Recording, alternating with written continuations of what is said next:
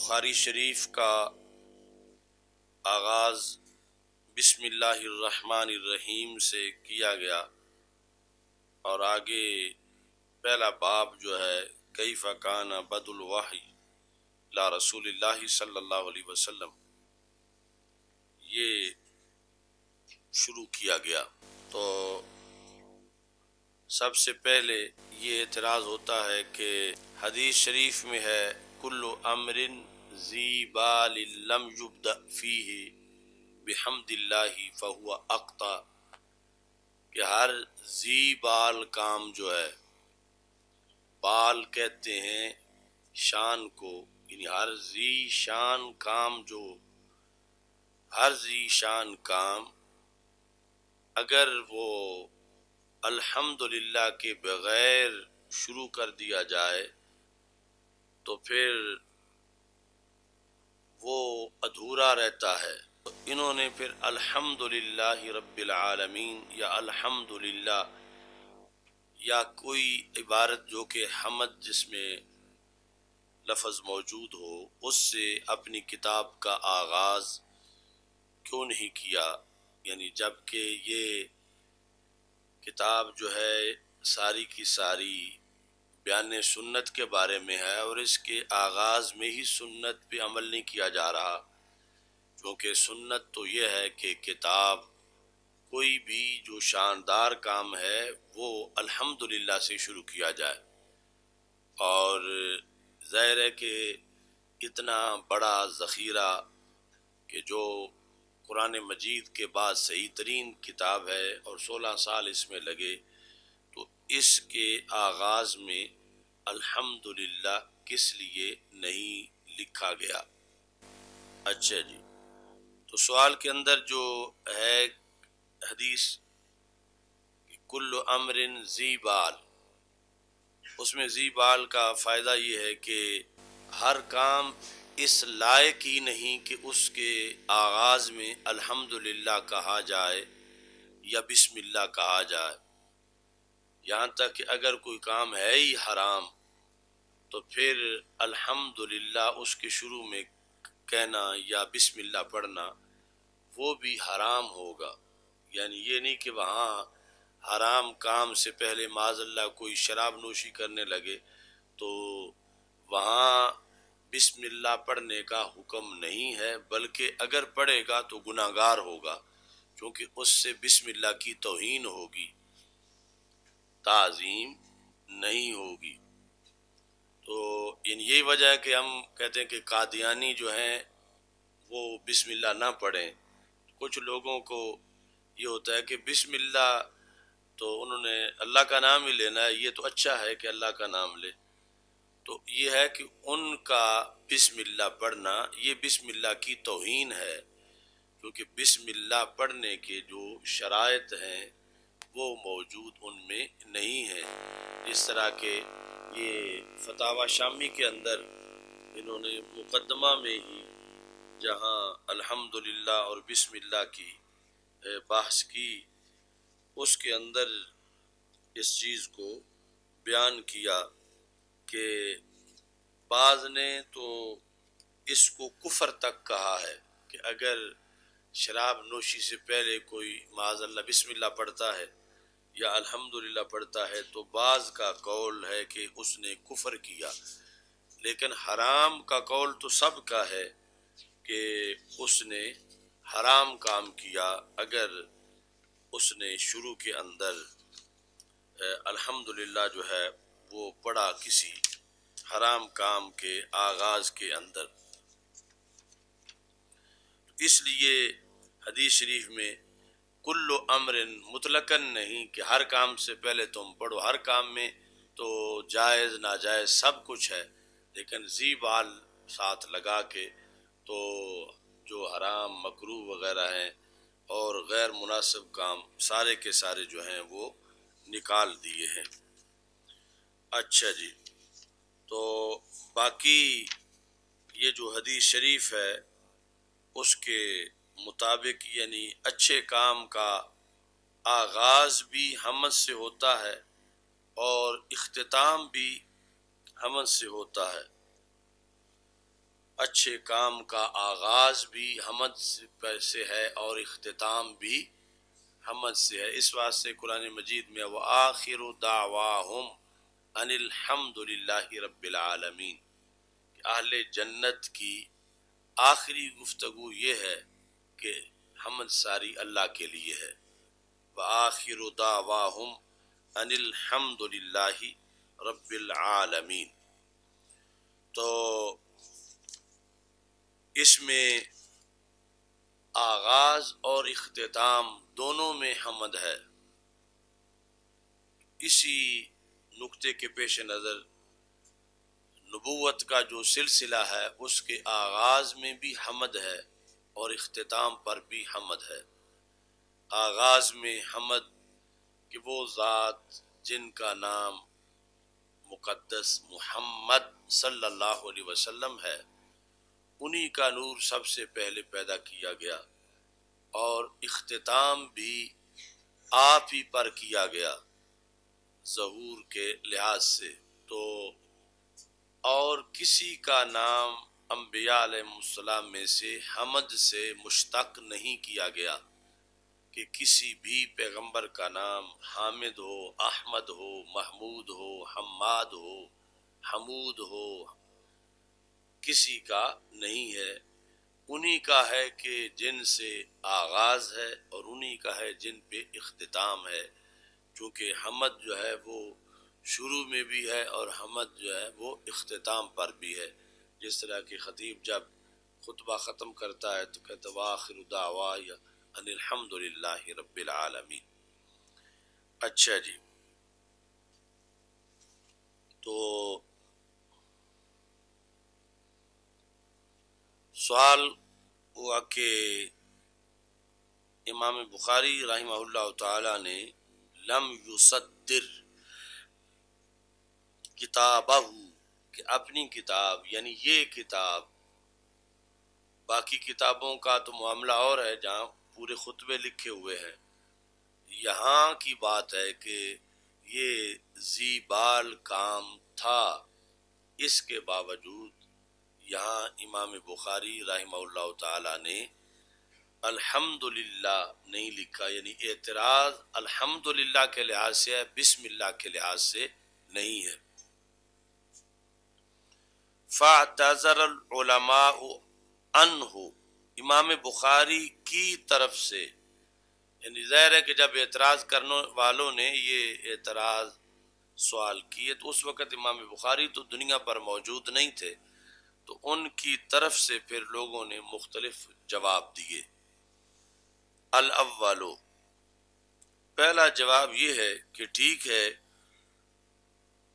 کہ یہ حدیث ہے، لیکن امام بخاری رحمہ اللہ تعالی کی شرط پر نہیں تھی، تو اس لیے آپ نے اس پر عمل کو ضروری نہیں سمجھا۔ دوسرا جواب کہ یہ جو ہے کہ حمد سے آغاز کیا جائے تو اس کا محمل کچھ محدثین نے یہ بتایا کہ جو خطبے ہیں ان کے لیے حکم ہے، اور خطبے پھر دو طرح کے ہیں، یعنی ایک خطبے جو جاہلیت میں خطبے تھے ان کے اپنے بہادری کے لیے یا عورتوں کے حسن و جمال کو بیان کرنے کے لیے، اور دوسرے یہ خطبے ہیں قرآن و سنت کے۔ تو حکم دیا گیا کہ جو ذی بال خطبے ہیں جن میں نیکی کی دعوت ہے، جو قرآن و سنت ہے، ان کے شروع کے اندر جو ہے وہ الحمدللہ لکھا جائے۔ خطبوں میں تو یہاں تو کوئی خطبہ نہیں ہے، اگر خطبہ ہوتا تو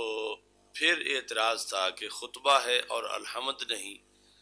چونکہ دوسرے جواب کے مطابق جو حدیث ہے وہ خطبوں کے بارے میں ہے کہ جو اچھے خطبے ہیں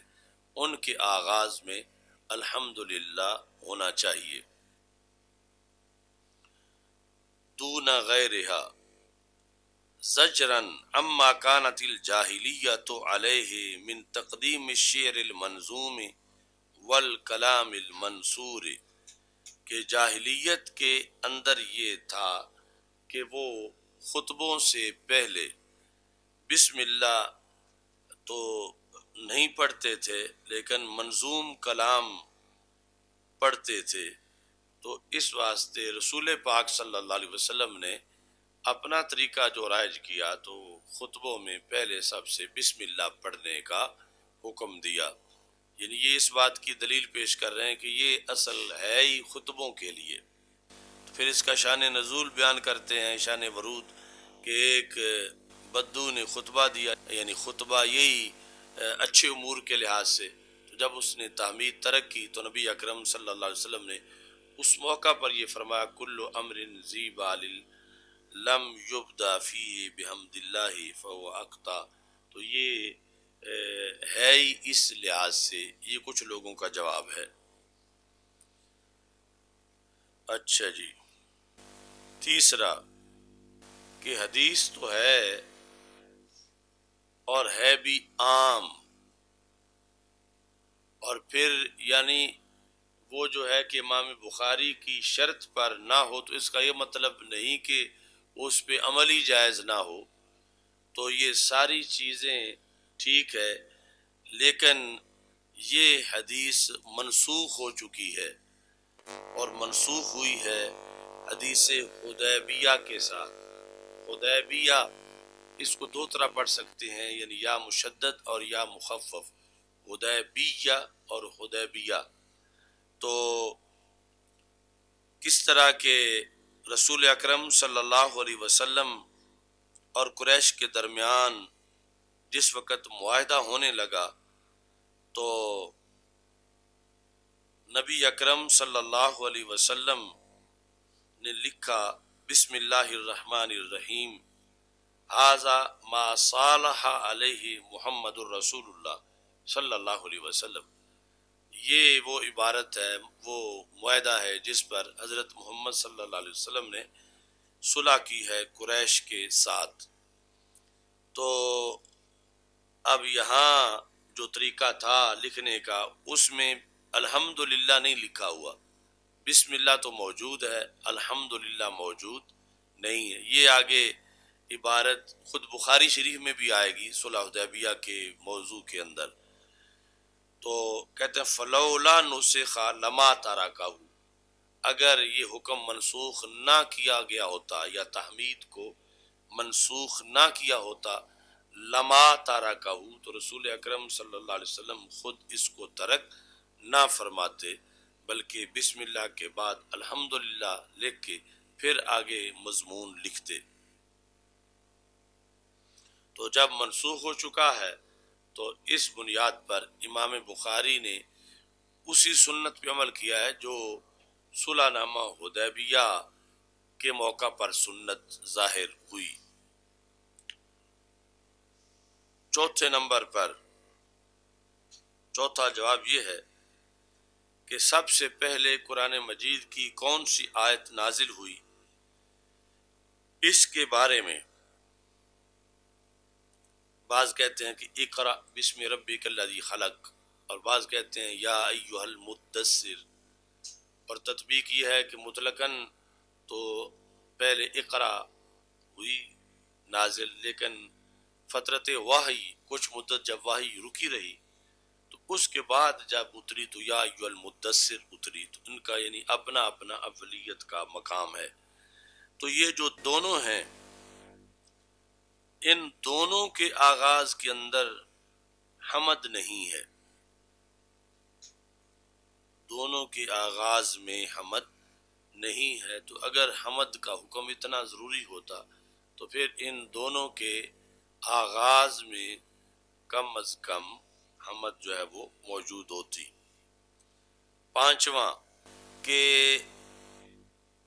اب پانچویں جواب کا مدار یہ ہے کہ ٹھیک ہے پہلی ساری وجوہات ہم مانتے ہیں، اور یہ بھی کہ منسوخ بھی نہیں ہے، اور منسوخ بھی نہیں ہے تو پھر کہ اس حدیث کا جو تقاضا ہے وہ عام ہے، کل امر ذی بال لم یبدا فیہ بحمد اللہ، کہ ہر اچھے کام کا آغاز الحمد سے ہو۔ عام ہے کہ الحمد پڑھ کے ہو یا الحمد لکھ کے ہو، یعنی حدیث میں معین نہیں کیا گیا کہ کل امر ذی بال لم یبدا فیہ بکتابۃ الحمد فہو اقطع، کہ جس کی شروع میں حمد لکھی نہ جائے تو وہ ادھورا ہے۔ ایسی عبارت نہیں ہے یا ایسا نہیں ہے بقراءۃ الحمد، تو مطلقاً کہا گیا، تو مطلقاً میں دونوں چیزیں ہیں کہ خواہ لکھیں پھر بھی عمل ہو جائے گا، خواہ پڑھیں پھر بھی عمل ہو جائے گا۔ تو یہاں نفی جو ہمیں نظر آ رہی ہے وہ تو لکھنے کی ہے،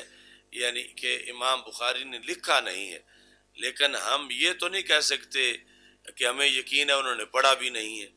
یعنی یہ کتاب جب شروع کی تو بسم اللہ پڑھی بھی نہیں ہے، یہ ہم یقین سے نہیں کہہ سکتے، یعنی ایسی کوئی ہمارے پاس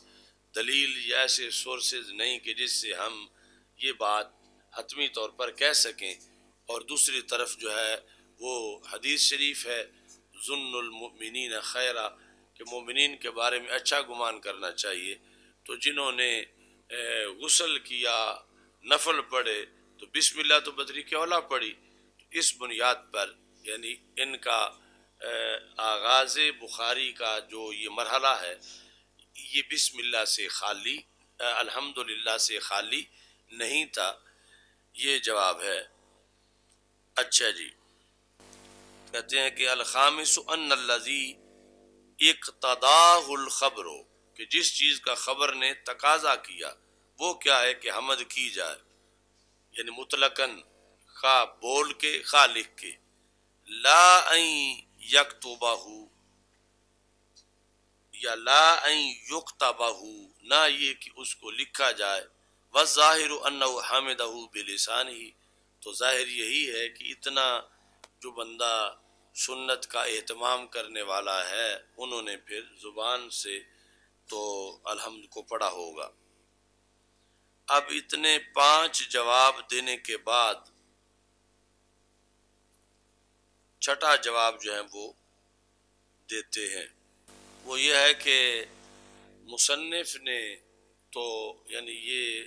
بعض محدثین کا کہنا ہے کہ مصنف نے جو مسودہ تیار کیا تھا اس میں تو حمد تھی، جب اس کو آگے نقل کیا گیا کاتب جو ہیں اور ناسخین انہوں نے آگے اس کو ذکر کیا، تو پھر اس موقع پر ان سے الحمد رہ گئی، اس کی وجہ سے مصنف کو کوئی الزام نہیں دیا جا سکتا، یہ چھٹا جواب ہے۔ اچھا جی، اب بسم اللہ الرحمن الرحیم لکھنے کے بعد لفظ باب ہے، باب کیف کان بدء الوحی الی رسول اللہ صلی اللہ علیہ وسلم، کہ نبی اکرم صلی اللہ علیہ وسلم کی طرف وحی کا آغاز کیسے ہوا، کیونکہ مطلقاً وحی جو ہے وہ تو بہت پہلے سے تھی، اور یہاں یہ ہے کہ رسول اکرم صلی اللہ علیہ وسلم کی طرف جو وحی ہوئی اس کا آغاز کیسے ہوا، جس طرح کہ امام بخاری جو ہے وہ بتاتے ہیں تاریخ کیف کان بدء الحیض، تو ایسے ہی یہاں پر دوسرا وَقَوْلِ اللَّهِ عَزَّ وَجَلَّ، یہ جب باب کو مضاف پڑھیں گے، بابو کیف کان بدء الوحی، تو ہوگا باب قول اللہ عز وجل انا اوحینا الیک کما اوحینا الی نوح والنبیین من بعد، اس کا قول یعنی باب آغاز وحی کے بارے میں، اور باب اس آیت کی تشریح کے بارے میں کہ جو یہاں پر جو ہے وہ موجود ہے۔ اچھا جی، یہاں حاشیہ نمبر 1 جو ہے اس میں لکھا یجوز فیہ وفی نظائرہ ثلاثۃ اوجہ، اس میں اور اس طرح کی جو دیگر عبارتیں ہوتی ہیں ان میں تین طرح پڑھنا جائز ہے۔ تین طرح، سب سے پہلے رفع ما تنوین یعنی بابن، پھر باب، اور پھر یہاں پر جو پہلے انہوں نے بتایا ما تنوین و بدون ہی علی الاضافت، کہ تنوین نہ پڑھنا اور آگے مضاف کرنا، وعلی التقدیرین ہوا خبر مبتدا محذوف اے ھذا الباب، یہ جو دونوں تقدیریں ہیں کہ بابن پڑھیں یا بابو پڑھیں مضاف کریں، تو اس کے مطابق جو ہے یہ خبر ہے مبتدا محذوف کی، یعنی ھذا الباب، باب، بابن اور بابو کیف کان۔ تیسرا ہے صرف باب، تو صرف باب ہو تو یہ جو گنتی کرتے وقت کہا جاتا ہے زید، بکر، عمر، یا 1 2 3 اس طرح کر کے، کہ اس وقت پھر اس کا کوئی اعراب نہیں ہوتا۔ تو یہ تین طریقے ہیں باب کو پڑھنے کے۔ باقی اصل میں جو ہے یہ اجوف واوی ہے، با واو با، اس سے یہ با بنا ہے۔ کیف کان، آغاز وحی جو ہے وہ کس طرح ہوا، جو آخری وحی ہے یعنی انبیاء میں سے آخری نبی صلی اللہ علیہ وسلم پر جس وحی کا نزول ہوا، اس وحی کا آغاز کیسے ہوا، اور ساتھ ہی انا اوحینا الیک کما اوحینا الی نوح والنبیین من بعد، ہم نے وحی کی طرف، اے رسول اکرم صلی اللہ علیہ وسلم، ہم نے وحی کی آپ کی طرف جس طرح کہ ہم نے وحی کی حضرت نوح علیہ السلام کی طرف اور ان انبیاء کی طرف جو حضرت نوح علیہ السلام سے بعد میں ہیں، جس طرح ہم نے ان کی طرف وحی کی۔ تو اس میں یہ ہے کہ تمام انبیاء کرام علیہ السلام کا ذکر کیا گیا ہے اس مقام پر، لیکن جس طرح مرتبے میں رسول اکرم صلی اللہ علیہ وسلم مقدم ہیں، تو ایسے ہی تذکرے کے اندر بھی نبی اکرم صلی اللہ علیہ وسلم کو مقدم کیا گیا۔ اچھا جی، اب چونکہ اوحینا کے اندر بھی وحی ہے اور بدء الوحی میں بھی لفظ وحی ہے، اس بنیاد پر یعنی لفظ وحی جو ہے اس کی بحث شروع ہوتی ہے۔ لغوی معنی ہے اس کا اعلام فی خفائن، یعنی کسی کو کسی چیز پر مطلع کرنا، علم دینا، لیکن آہستہ طریقے، پردے کے اندر، مخفی طریقے سے۔ امام راغب اصفہانی جو ہیں انہوں نے مفردات قرآن کے اندر یہ کہا کہ وحی کا معنی الاشارۃ السریعہ، تیز اشارہ۔ اچھا جی، انا اوحینا الیک کما اوحینا الی نوح، کاف کا خطاب رسول اکرم صلی اللہ علیہ وسلم کو ہے کہ ہم نے آپ کی طرف وحی کی، جس طرح ہم نے پہلے انبیاء علیہ السلام کی طرف جو نوح علیہ السلام کے بعد تھے ان کی طرف وحی کی۔ یہاں سوال یہ ہے کہ اس آیت کے بعد جا کر ہے وَكَلَّمَ اللَّهُ مُوسَىٰ تَكْلِيمًا، اس سے یہ پتہ چلتا ہے کہ وحی اور کلام آپس میں مقابل ہیں، کہ کچھ سے تو ہم نے وحی کچھ کو بھیجی اور کچھ سے ہم نے کلام کیا. وَكَلَّمَ اللَّهُ مُوسَى تَكْلِيمًا. جبکہ قرآن مجید میں ہے کہ وحی کلام کی ہی ایک قسم ہے. اس طرح وَمَا كَانَ لِبَشَرٍ أَن يُكَلِّمَهُ اللَّهُ إِلَّا وَحْيًا، کہ کسی بشر کے لیے یہ جائز نہیں ہے کہ وہ اللہ سے کلام کرے سوائے وحی کے. تو وحی کو کلام کے اندر شامل کیا گیا. اس سے پتہ چلا کہ وحی کلام کی ایک قسم ہے. اور دوسری طرف پتہ چلا کہ یہ تو آپس میں مقابلے میں ہے کہ وحی اور چیز ہے کہ کچھ سے تو وحی کی اور کچھ سے کلام کیا. اچھا جی،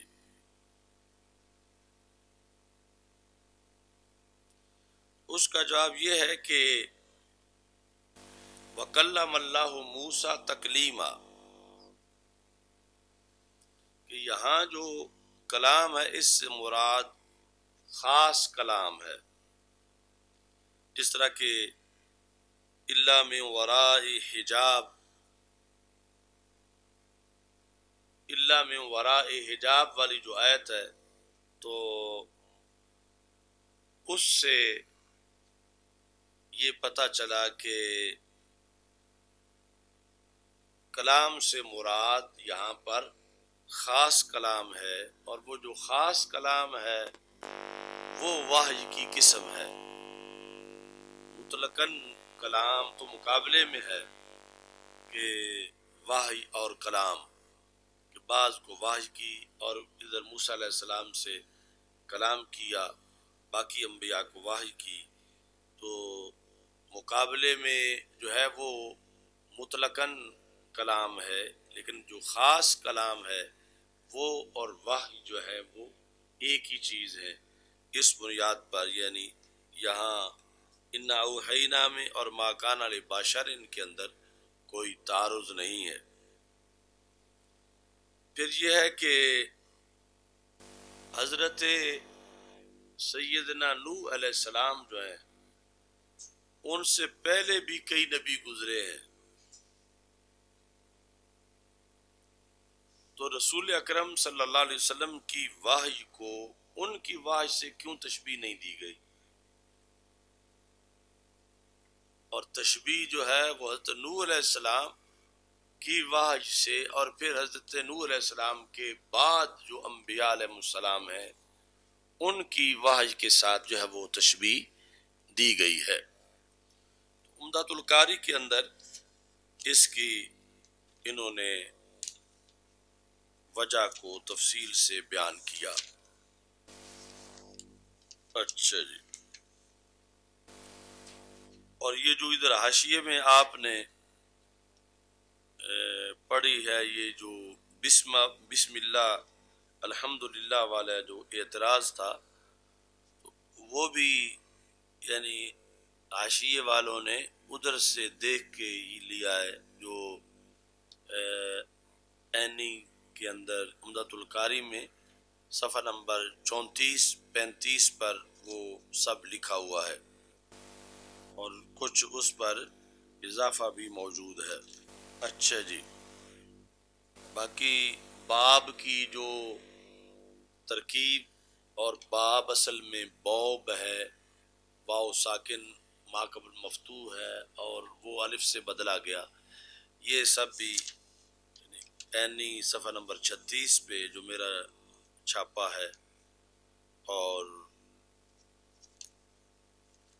باقی 38 پہ ہے. اچھا جی، اب یہ سوال صفحہ نمبر 40 پہ ہے. فَإِن قُلْتَ لِمَا خَصَّصَ نُوحًا علیہ السلام بالذکر وَلَمْ يَذْكُرْ آدم علیہ السلام ما انہ اول الانبیاء المرسلین، کہ آدم علیہ السلام تو اول ہے تو ان کے ساتھ کیوں نہیں تشبیہ دی گئی کہ انا اوحینا الیک کما اوحینا الی آدم، اس طرح نہیں کہا بلکہ اوحینا الی نوح اللہ نے فرمایا ہے۔ تو امامین کہتے ہیں بعض شارحین نے اس کے دو جواب دیے، بعض کا اس لیے پہلے ذکر کر رہے ہیں کہ یہ ان سے متفق نہیں ان جوابوں سے۔ ان میں سے پہلا جواب یہ ہے کہ حضرت نوح علیہ السلام پہلے وہ نبی ہیں جو صاحب شریعت ہوں، تو اگرچہ ان سے پہلے مطلقاً نبی تو تھے لیکن صاحب شریعت یہی پہلے ہیں۔ تو ادھر رسول اکرم صلی اللہ علیہ وسلم بھی صاحب شریعت ہے، اس واسطے نبی اکرم صلی اللہ علیہ وسلم کی وحی کو حضرت نوح علیہ السلام کی وحی سے تشبیہ دی کہ وہ ممثل ہونے کے لحاظ سے زیادہ مطابقت رکھتے ہیں۔ دوسرا جواب یہ دیا گیا کہ حضرت نوح علیہ السلام وہ پہلے نبی ہیں کہ جن کی قوم پر عذاب اترا، تو اس بنیاد پر پھر آپ کی وحی سے تشبیہ دی گئی تاکہ قرآن کی دولت اور نعمت پاتے ہوئے ساتھ یہ امت ڈرے کہ اگر اس پہ عمل نہ کیا تو پھر اس کا خمیازہ بھی بھگتنا پڑ سکتا ہے، جس طرح کہ حضرت نوح علیہ السلام کی قوم نے جب وحی کی قدر نہیں کی تھی تو ان پر عذاب آ گیا تھا۔ تو یعنی امت کے اندر ترغیب اور ترہیب کا جذبہ جو ہے اس کو پیدا کرنے کے لیے یہ تشبیہ دی گئی کہ نوح علیہ السلام کہ وحی سے خوشی تو ہوگی، قوم کو ایک پیغام مل رہا ہے، لیکن یہ ہے کہ نوح علیہ السلام کی طرف بھی وحی کی تھی، تو وہاں جب قوم نے اس کی قدر نہیں کی تھی تو قوم کو خمیازہ بھگتنا پڑا تھا۔ تو اس واسطے یہ چیز ذہن میں رکھیں۔ یہ دو جواب دیے گئے کہ یہ اگرچہ حضرت آدم علیہ السلام اول ہیں لیکن دو وجوہ سے یہ بھی اول ہیں۔ ایک وجہ یہ ہے کہ یہ اول صاحب شریعت نبی ہیں، پہلے نبی جو صاحب شریعت ہے، اور دوسرا پہلے نبی کہ جن کی قوم پر عذاب کا نزول ہوا۔ امام عینی جو ہیں وہ کہتے ہیں وفیہما نظر، یعنی ان دونوں جوابوں پر اعتراض ہے۔ وہ یہ ہے کہ ہم یہ تسلیم نہیں کرتے کہ حضرت نوح علیہ السلام پہلے صاحب شریعت نبی ہیں، بلکہ حضرت آدم علیہ السلام بھی صاحب شریعت تھے، تو اس بنیاد پر ان کی کوئی خصوصیت نہیں بنتی۔ جب وہ خود صاحب شریعت تھے تو پھر صاحب شریعت نبی کی وحی کو صاحب شریعت نبی کی وحی کے ساتھ تشبیہ جو ہے وہ دی جا سکتی ہے، یعنی زیادہ اچھا ہے کہ حضرت آدم علیہ السلام کے وحی کے ساتھ تشبیہ دی جاتی۔ دوسرا یہ ہے کہ حضرت آدم علیہ السلام میں یہ بھی ہے کہ آپ اپنے بیٹوں کے لیے نبی بنائے گئے اور بیٹوں کو آپ نے شریعت سکھائی جو اس وقت کے حالات کے لیے ضروری تھی۔ اچھا جی، اور اسی شریعت کو پھر آگے حضرت شیس علیہ السلام جو ہیں وہ پیش کرتے رہے، اور وہ بھی نبی بھی تھے اور رسول بھی تھے۔ اچھا جی، اور اس کے بعد حضرت ادریس علیہ السلام جو ہیں ان کو اللہ تعالیٰ نے نبی بنایا۔ دوسرا جو تھا کہ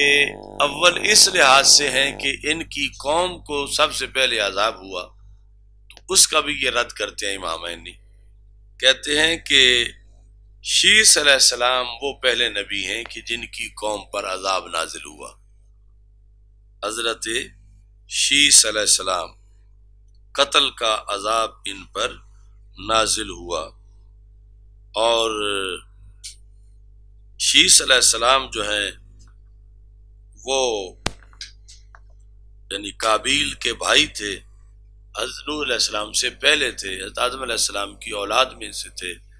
تو اس لیے اولیت نوح علیہ السلام کی اس لحاظ سے بھی نہیں بنتی کہ یہ پہلے وہ نبی ہیں جن کی قوم کو عذاب ہوا ہو، اس لحاظ سے بھی یہ اولیت نہیں ہے۔ تو یہ دونوں جواب رد کرنے کے بعد امامینی کہتے ہیں، شافی جواب یہ ہے کہ نوح علیہ السلام کا لقب ہے الاب الثانی، حضرت آدم علیہ السلام الاب الاول ہیں اور نوح علیہ السلام جو ہیں وہ الاب الثانی ہیں، اور سارے اہل زمین جو ہیں یہ حضرت نوح علیہ السلام کے بیٹوں کی اولاد ہیں۔ اللہ تعالیٰ نے فرمایا وَجَعَلْنَا ذُرِّيَّتَهُ هُمُ الْبَاقِينَ، کہ حضرت نوح علیہ السلام کی ذریت کو ہم نے زمین کے اندر باقی رکھا۔ تو ان کے 3 بیٹے جو تھے، سام، حام اور یافس، سام، حام اور یافس، ان تینوں بیٹوں کی اولاد ہے پوری روئے زمین پر۔ اچھا جی، چونکہ باقی سارے جو روئے زمین پہ بسنے والے انسان تھے، جب وہ ہوا وفارتی تنور، عذاب آیا،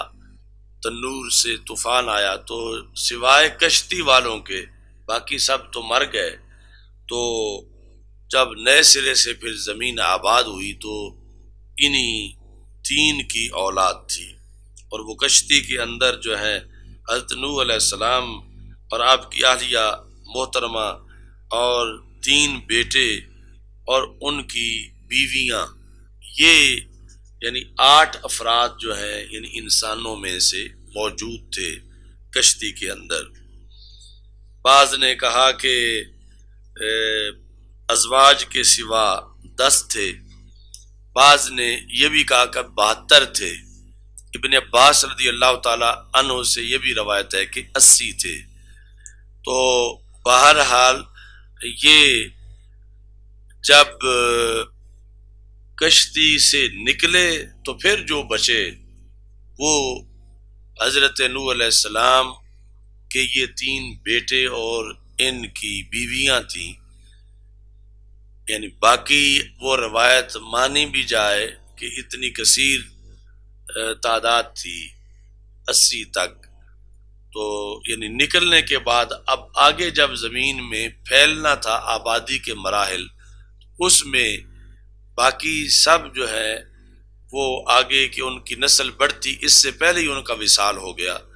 اور یہ حضرت آدم علیہ السلام، حضرت نوح علیہ السلام کے جو 3 بیٹے ہیں